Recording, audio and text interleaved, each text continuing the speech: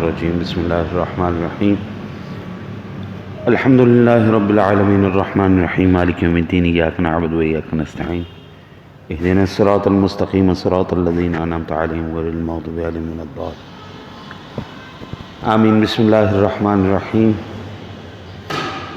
قل هو اللہ احد اللہ الصمد لم یلد ولم یولد ولم یکن له کفوا احد بسم اللہ الرحمن الرحیم قل هو اللہ احد اللہ الصمد لم یلد ولم یولد ولم یکن له کفوا احد بسم اللہ الرحمن الرحیم قل هو اللہ احد اللہ الصمد لم یلد ولم یولد ولم یکن له کفوا احد بسم اللہ الرحمن الرحیم قل هو اللہ احد اللہ الصمد لم یلد ولم یولد ولم یکن له کفوا احد پاک پروردگار عالم محبوب کریم علیہ الصلوۃ والتسلیم کا صدقہ جو کلمہ کلام پڑھا حضور پر نور شاف نشور صلی اللہ علیہ وسلم کے دربار گوہر بار میں ہدیتاً تحفتاً نذرانتاً عقیدتاً محبتاً پیش کرتے ہیں، مولا قبول و منظور فرما۔ تمام انبیاء کرام اولیاء کرام کتب غوث ابدال اوتاد مسلمین مسلمات مومنین مومنات مرد عورت بچے بوڑھے جتنے بھی بحالت ایمان سے العقیدہ اس دنیا فانی سے جا چکے ہیں تمام کے روحوں کو پیش کرتے ہیں، مولا قبول و منظور فرما۔ آقا علیہ الصلوۃ والتسلیم کا صدقہ اس کا ثواب تمام اساتذہ کرام خصوصاً والد گرامی رحمۃ اللہ تعالیٰ علیہ کی روح کو پیش کرتے ہیں، قبول و منظور فرما۔ آقا جی کے طفیل مولا کریم، آقا جی کے طفیل، آقا جی کے طفیل مولا کریم اپنے حبیب پاک علیہ الصلوۃ والتسلیم کو صدقہ اس کی برکت سے اس کے حلال وسیع عطا فرما، عزت و آبرو کی زندگی نصیب فرما، ذلت و رسوائیوں سے محفوظ فرما، اپنے سوا کسی کا محتاج نہ فرما۔ مولا کریم حبیب پاک علیہ الصلوۃ والتسلیم کا صدقہ جملہ بلاؤں سے مصیبتوں سے آفتوں سے ہر قسم کی آزمائش سے حسد سے بغض سے کینہ سے نظر بد سے جادو ٹونے سے مولا اپنے حبیب کے صدقے اپنے فضل کرم رحمت کے صدقے محفوظ فرما، الہی جس کے حلال وسیع عطا فرما، خاتمہ بالایمان نصیب فرما، حشر میں حضور علیہ الصلوۃ والسلام کی شفاعت نصیب فرما، صلی اللہ تعالی علی حبیبہ محمد وعلی آلہ اجمعین برحمتک۔ الحمدللہ الحمدللہ رب العالمین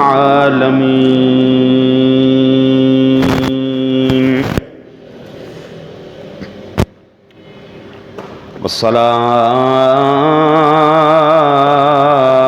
والسلام على من كان نبيا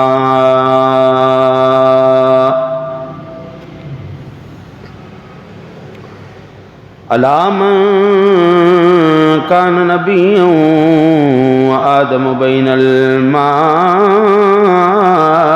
والطين وعلى آله وأصحابه وأهل بيته وأزواجه وذرياته وأولياء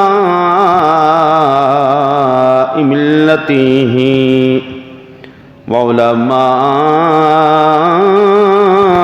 وعلماء أهل سنته أجمعين، أما بعد فقد قال الله تبارك وتعالى في القرآن المجيد والفرقان الحميد: أعوذ بالله من الشيطان الرجيم، بسم الله الرحمن الرحيم يا أيها الذين آمنوا اتقوا الله وكونوا مع الصادقين، صدق خالق مولانا العظيم وبلغنا رسوله النبي الكريم الأمين، ونحن على ذلك لمن الشاهدين والشاكرين والحمد لله رب العالمين۔ يا صاحب الجمال ويا سيد البشر من وجهك المنير لقد نبر القمر، لا يمكن الثناء كما كان حقه بعد از خدا توئی قصہ مختصر بلغ الننا بکمالہ کشف الدجا بجمالہ حسنت جمیع خصالہ صلو علیہ وآلہ واصحابہ امداد کن ادرن جو غم آزاد کن در دین و دنیا شاد کن یا غوث اعظم دستگیر گنج بخش فیض عالم مظہر نور خدا نا کسارا پیر کامل کاملارا رہنما مگر دعوے بلا افتاد کشتی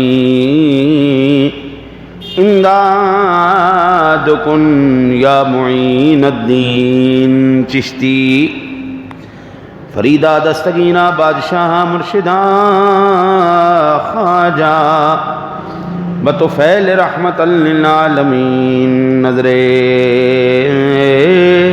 کرم برما بندہ پروردگارم امت احمد نبی دوست دارم چار گارے تابولا دے علی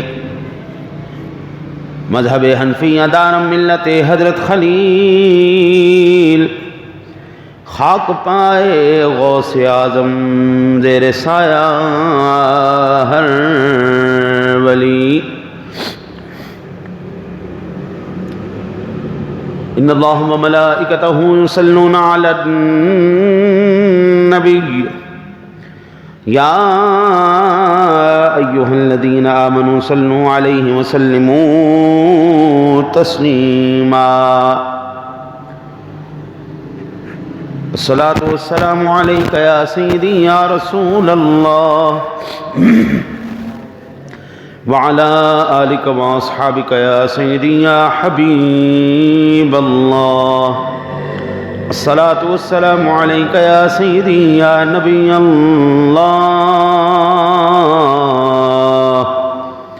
وعلى آلك وأصحابك يا سيدي يا حبيب الله صلى الله عليك يا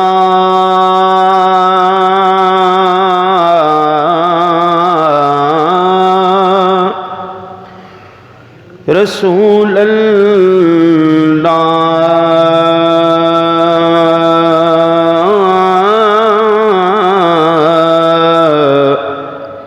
وسلم علیک یا حبیب اللہ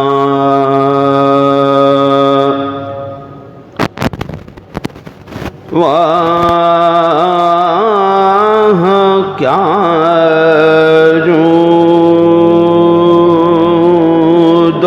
کرم ہے شہبت ہاں تیرا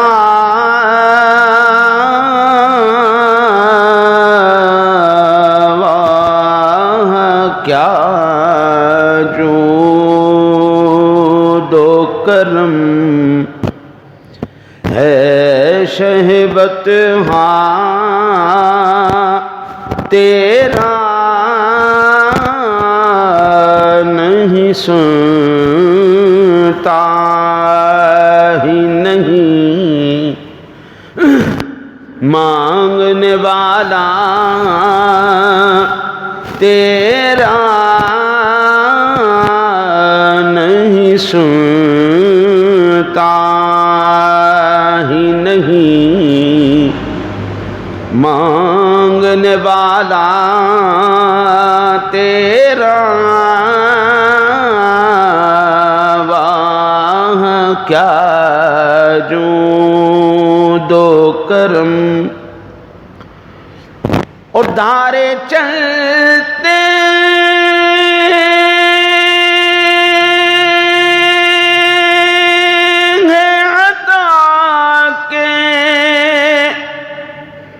وہ ہے قطنا تیرا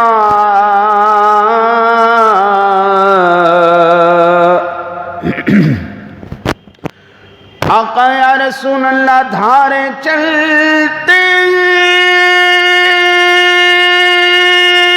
ہیں عطا کے، وہ ہے قطرہ تیرا،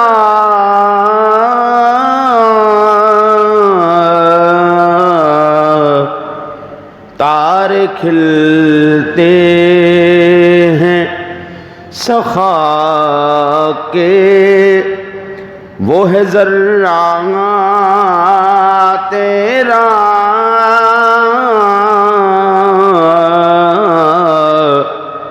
تارے کھلتے ہیں سخا کے، وہ ہے ذرہ تیرا، وہاں کیا جود و کرم، اور میں تو مالک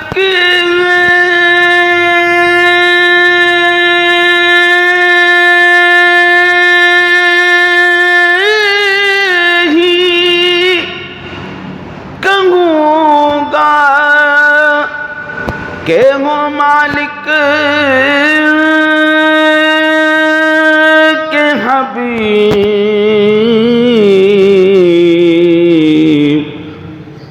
یعنی محبوب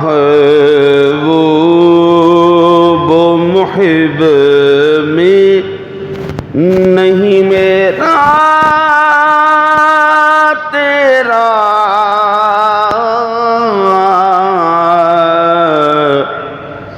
یعنی محبوب و محب میں نہیں میرا تیرا، واہ کیا جود و کرم ہے، شہبت ہاں تیرا،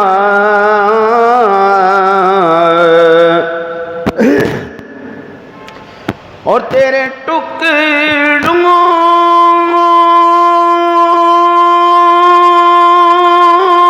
سے بنے غیر کی ٹھوکر پہ نہ ڈال،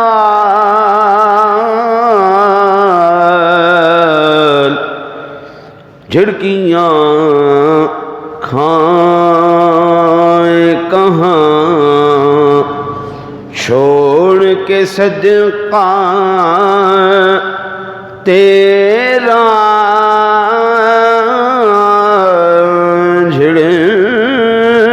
جھڑکیاں کھائیں کہاں چھوڑ کے صدقہ تیرا،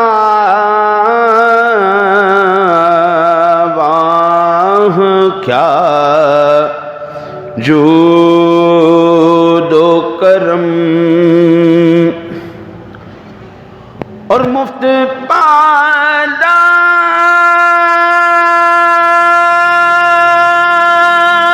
تھا کبھی کام کی عادت نہ پڑی،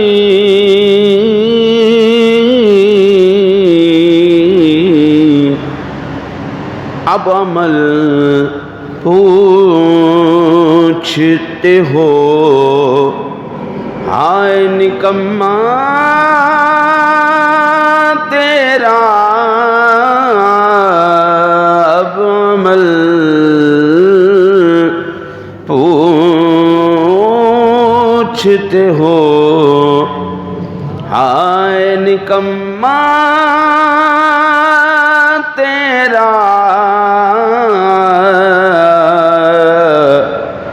واہ کیا جود و کرم، اور تیری سرکار میں لاتا ہے رضا اسی کو شفیع جو میرا غوث ہے اور لاڈلا بیٹا تیرا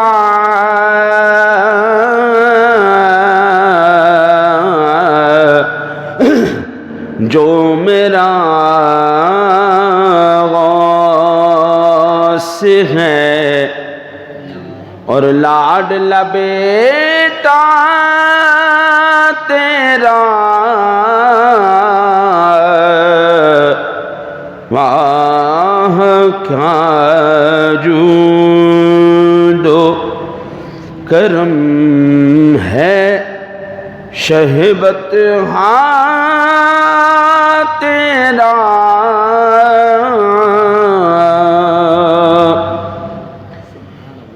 سامعین ذوی الاحترام والاحتشام،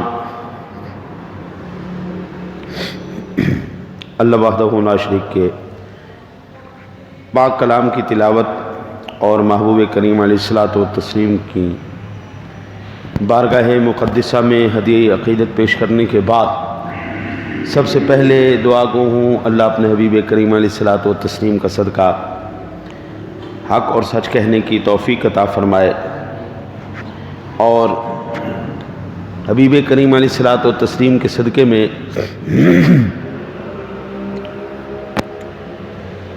آپ کو مجھے سننے کے بعد اس پر عمل کی توفیق نصیب فرمائے۔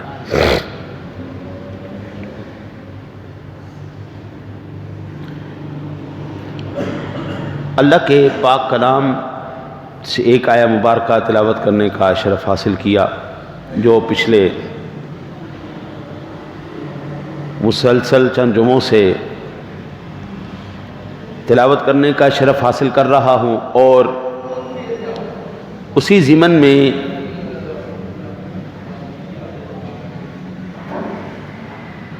اللہ تعالیٰ کے پاک کلام کی تشریح کرتے ہوئے احادیث مبارکہ اور شرع مطہرہ کے جو احکامات ہیں وہ عرض کرنے کی کوشش کر رہا ہوں۔ ارشاد باری تعالیٰ ہے، یا ایھا الذین آمنوا اتقوا اللہ، اے ایمان والو اللہ سے ڈرو، وکونوا مع الصادقین، اور سچوں کے ساتھ ہو جاؤ۔ ہمارے لیے یہ بات نہایت ہی لمحہ فکریہ ہے کہ تقلید مغرب کے سیلاب میں ہم بہے جا رہے ہیں۔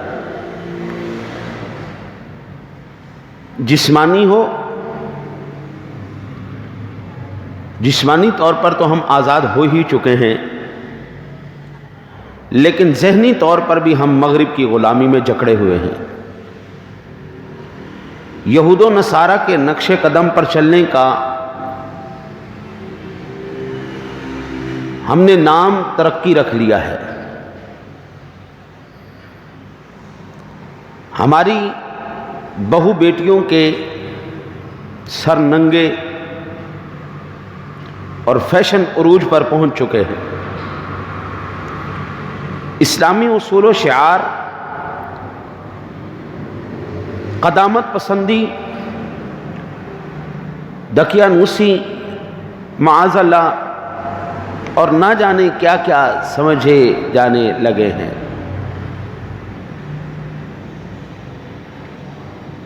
افسوس، صد افسوس کہ ہم میں سے بعض حضرات نماز کے اندر بھی ننگے سر نماز پڑھتے ہیں، اور آگے سے اگر ان سے کچھ کہا جائے کہ بھائی ٹوپی لے لو، پگڑی لے لو. تو مفتی اعظم مفتی دہر بن کے فتویٰ صادر کرتے ہیں کہ نماز کی شرائط یا فرائض میں سے سر کا ڈھانپنا نہیں ہے.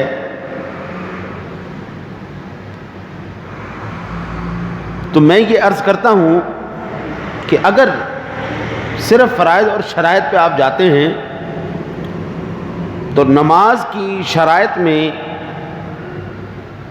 ستر عورت یعنی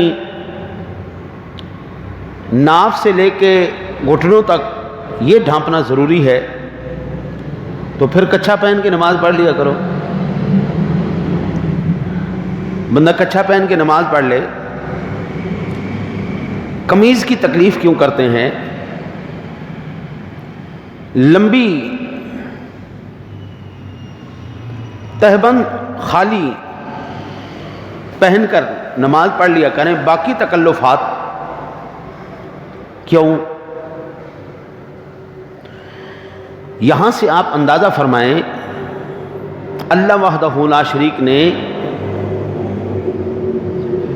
اپنے پاک کلام میں کیا فرمایا؟ یا ایھا الذین آمنوا اتقوا اللہ. اللہ سے ڈرو بھائی، ایمان والو اللہ سے ڈرو. کونوا مع الصادقین، اور سچوں کے ساتھ ہو جاؤ.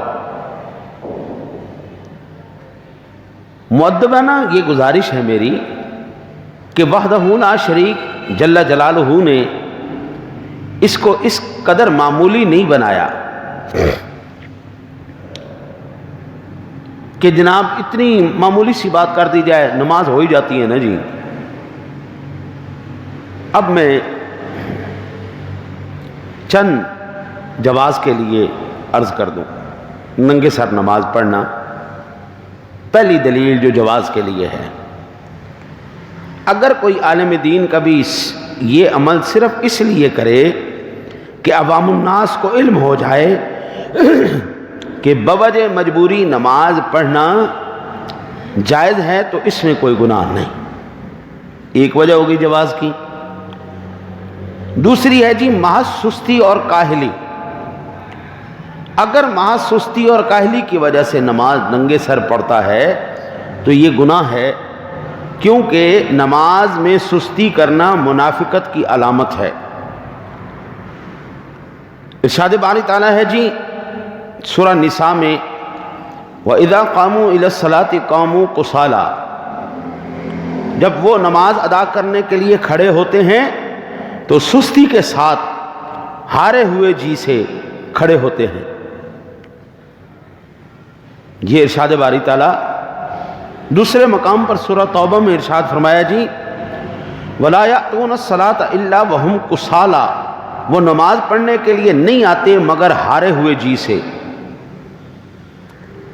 تیسرا ہے جی انکساری اور عاجزی.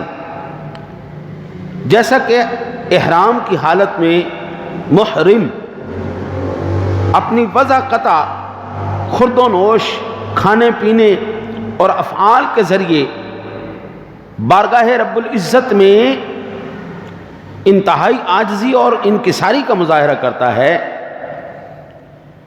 اس کا یہ عمل نہایت ہی اچھا اور قابل ستائش ہے. اب ہے جی معمولی سمجھتے ہوئے کرنا.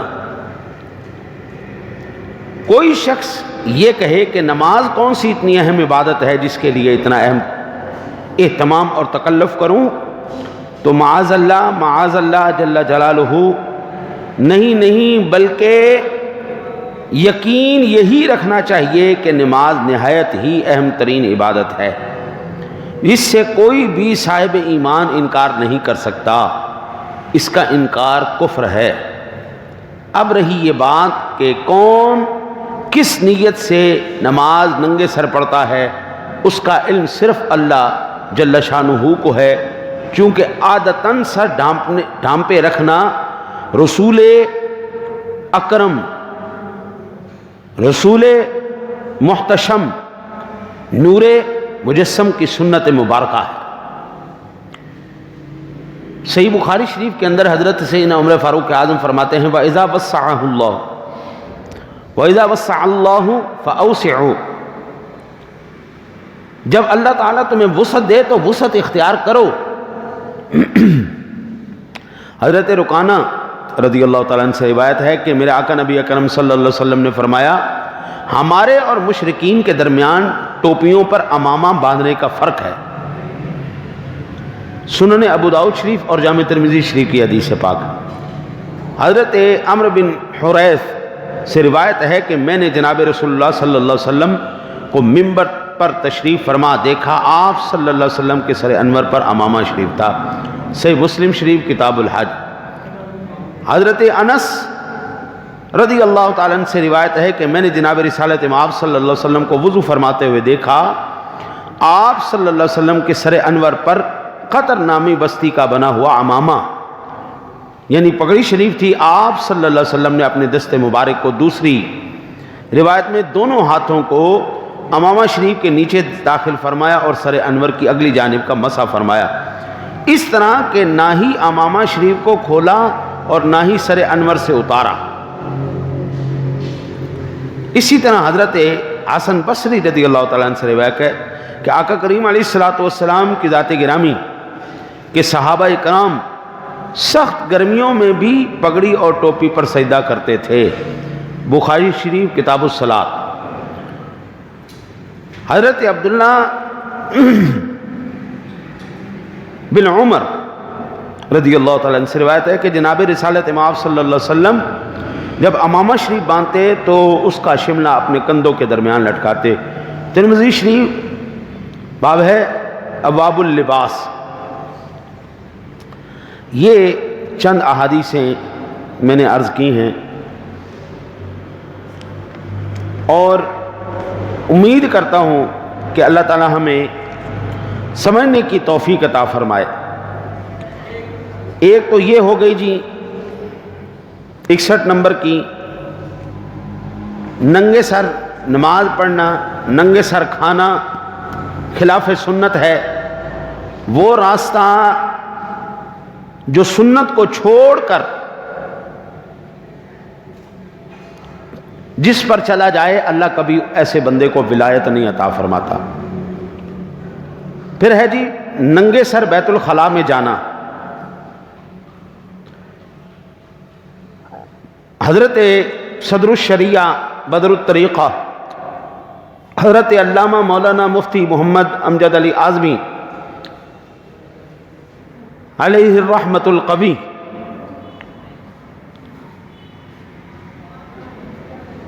فرماتے ہیں کہ ننگے سر پخانہ پیشاب کو جانا یا اپنے ہمراہ ایسی چیز لے جانا جس پر کوئی دعا یا اللہ اور اس کے رسول یا کسی بزرگ کا نام لکھا ہوا ہو ممنوع ہے۔ یوں ہی کلام کرنا بھی ممنوع ہے۔ لہذا بیت الخلاء میں جاتے وقت سر کو کسی چیز سے ڈھانپ لینا چاہیے کہ یہ سنت ہے۔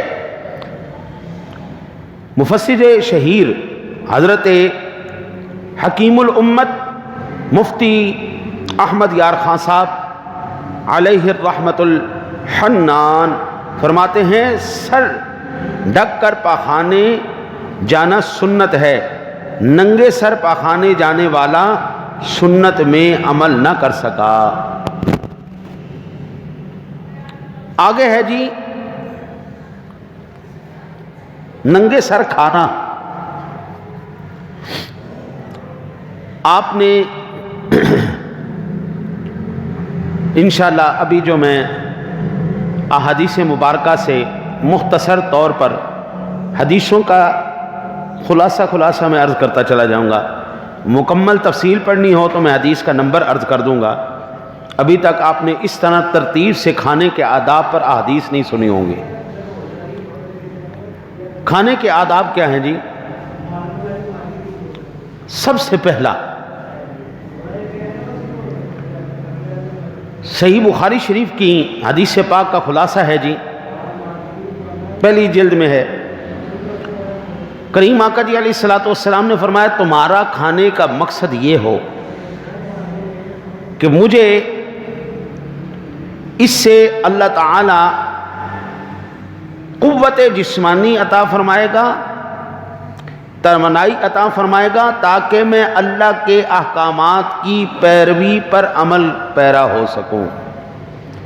یعنی کھانے کا مقصد یہ نہ ہو پیٹ پوجا، بس کھا لیا سو لیا، اللہ اللہ خیر صلی اللہ، صرف کھانے کے لیے زندہ رہنا یہ اسلامی سبق نہیں ہے۔ کریم آقا جی علیہ الصلوۃ والسلام نے کیا فرمایا؟ کس لیے کھائے؟ تاکہ دین پر عمل پیرا ہونے کے لیے اس کو توانائی حاصل ہو۔ کھانے میں حلال، پاکیزہ اور عمدہ چیز کا انتخاب کرنا، یہ سورہ بقرہ کی آیہ مبارکہ 168 ہے، تفصیل سے پڑھنا ہو تو پڑھیے گا۔ فرمایا کلوا مما فی الارض حلالا طیبا ولا تتبعوا خطوات الشیطان، حلال، پاکیزہ، ستھری، بہترین چیز یہ کھایا کرو۔ میں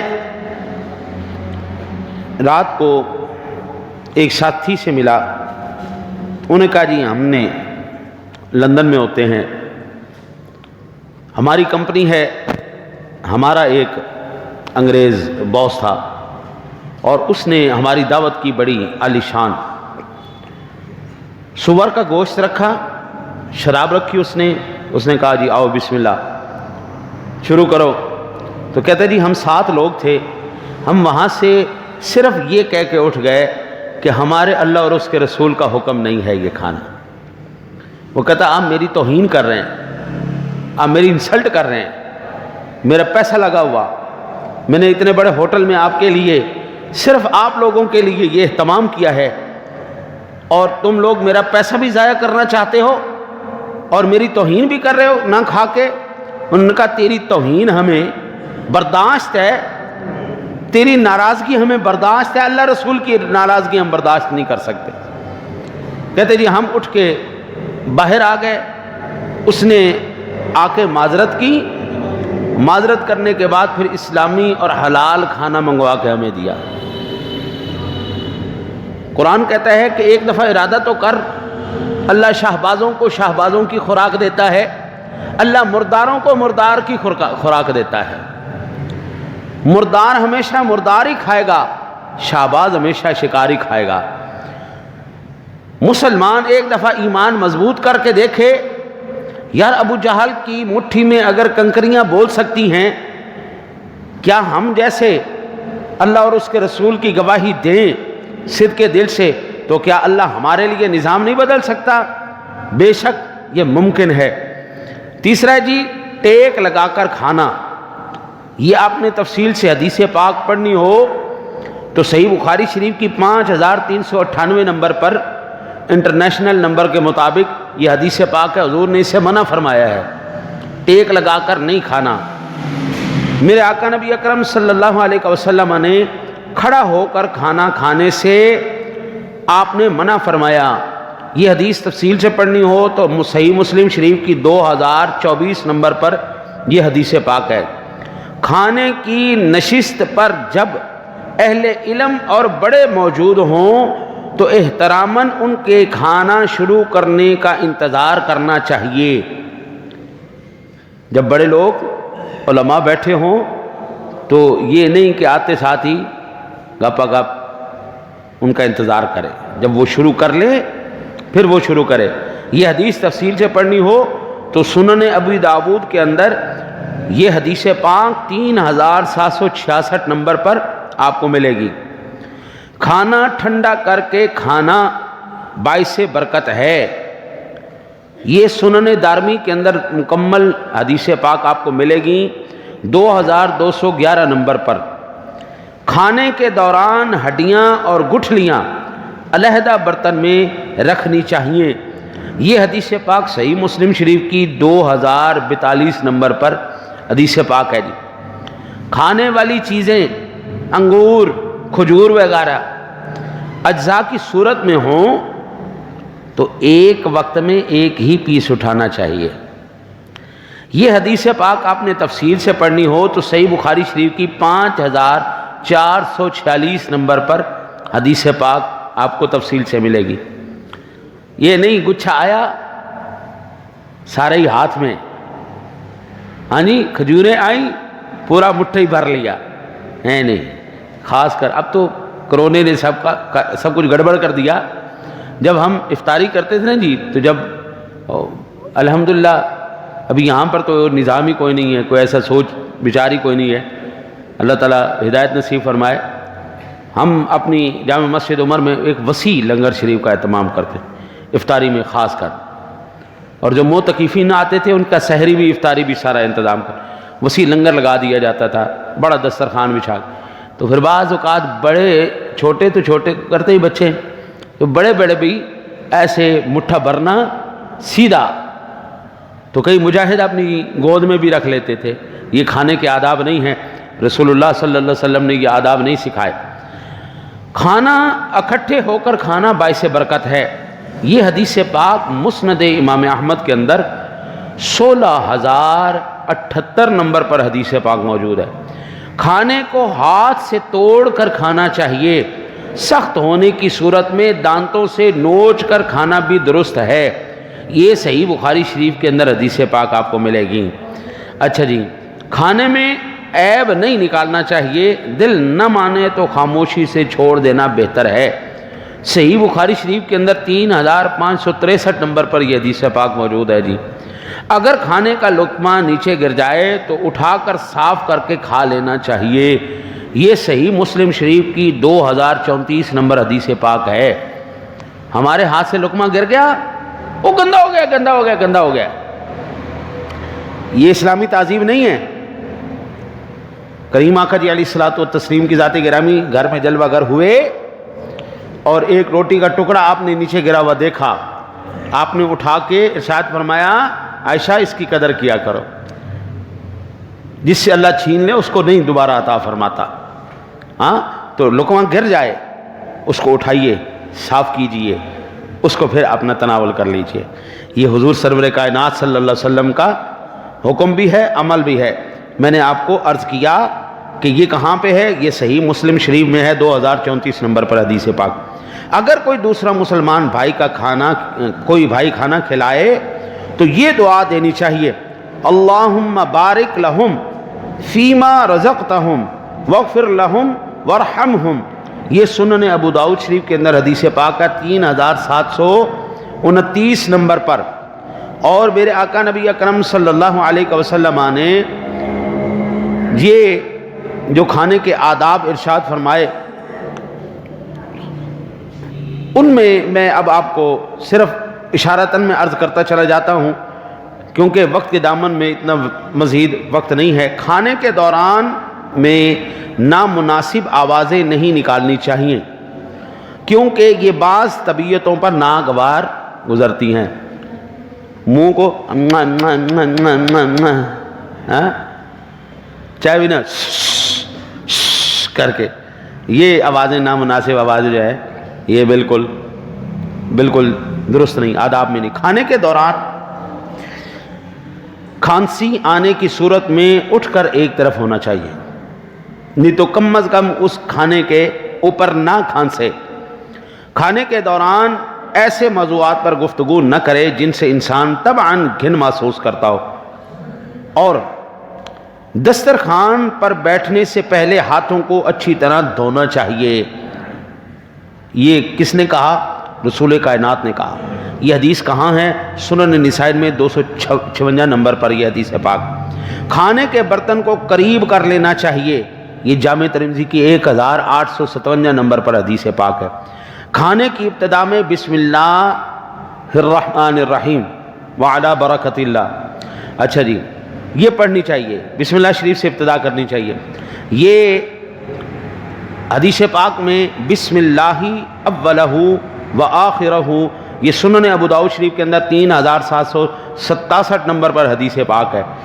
کھانا دائیں ہاتھ سے کھانا چاہیے. یہ صحیح مسلم شریف کی 2021 نمبر حدیث پاک ہے. کھانا اپنے سامنے سے کھانا چاہیے. صحیح مسلم شریف میں 2022 نمبر پر حدیث پاک ہے. کھانا پلیٹ کے کناروں سے کھانا چاہیے اور درمیان سے نہیں کھانا چاہیے.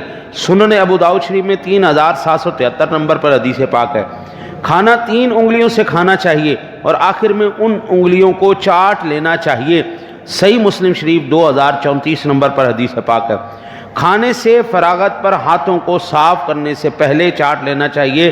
صحیح بخاری شریف 5456 نمبر پر یہ حدیث پاک۔ کھانا کھانے کے بعد اللہ تعالیٰ کا شکر ادا کرتے ہوئے یہ دعا کرنی چاہیے، الحمدللہ الذی اطعمنی ھذا الطعام ورزقنی من غیر حول منی، یہ دعا پڑھنی چاہیے۔ کھانے کے برتن کو انگلیوں سے صاف کرنا یہ سرکار دو عالم صلی اللہ علیہ وسلم کی حکم کی آپ کی تعمیل ہے، آپ کا عمل مبارک ہے۔ یہ حدیث پڑھنی ہو تو 2034 نمبر پر صحیح مسلم شریف کی یہ حدیث پاک ہے۔ دعا کیا ہے؟ الحمدللہ الذی اطعمنی ھذا الطعام ورزقنی من غیر حول منی ولا قوہ، یہ دعا کر لے۔ اچھا جی، یہ ہے کھانے کے آداب جو اللہ وحدہ لا شریک نے اپنے حبیب کے ذریعے ہمیں بتائے۔ میں یہ بات اپنی وجود کے یقین سے بھی زیادہ یقین کے ساتھ میں عرض کرنا چاہتا ہوں۔ یہ جو میں نے احادیث مبارکہ آپ کو عرض کی ہیں، ان حدیث کے اصولوں کے مطابق صرف ایک مرتبہ نمبر میں نے عرض کر دیے ہیں۔ انشاءاللہ آپ کہیں گے تو میں آپ کو تحریر بھی کروا دوں گا، نہیں تو سوشل میڈیا پر دیکھ لیجئے گا، وہاں سے نوٹ کر لیجئے گا۔ ایک دفعہ یہ ساری احادیث پڑھ لیجئے گا جو میں نے نمبر آپ کو عرض کیے۔ رب کعبہ کی قسم ہے، اگر آپ نے ان احادیث مبارکہ کے مطابق کھانا کھانا شروع کر دیا جس طرح رسول کائنات صلی اللہ علیہ وسلم نے حکم فرمایا ہے اور عمل کیا ہے، کائنات میں موت کے سوا آپ لوگوں کو کوئی بیماری نہیں آنے والی۔ جس طریقے سے حضور نے یعنی کھانا کھانے کا سب سے پہلا مقصد کیا ہے؟ جانوروں کی طرح کھانا نہیں، اسلام پر عمل کی قوت حاصل کرنا، یہ سب سے پہلا مقصد ہے کہ اسلامی احکامات پر عمل پیرا ہونے کی مجھے اللہ قوت عطا فرمائے۔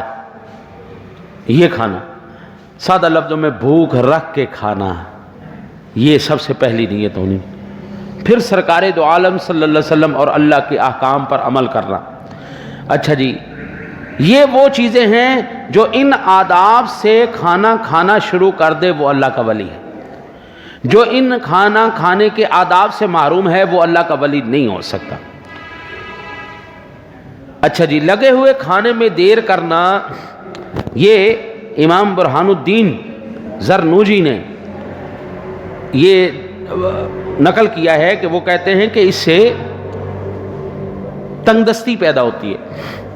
کھانا لگا ہوا ہے، انتظار کروا رہے، تنگ دستی پیدا ہوتی ہے، نہیں کرنا چاہیے ایسا۔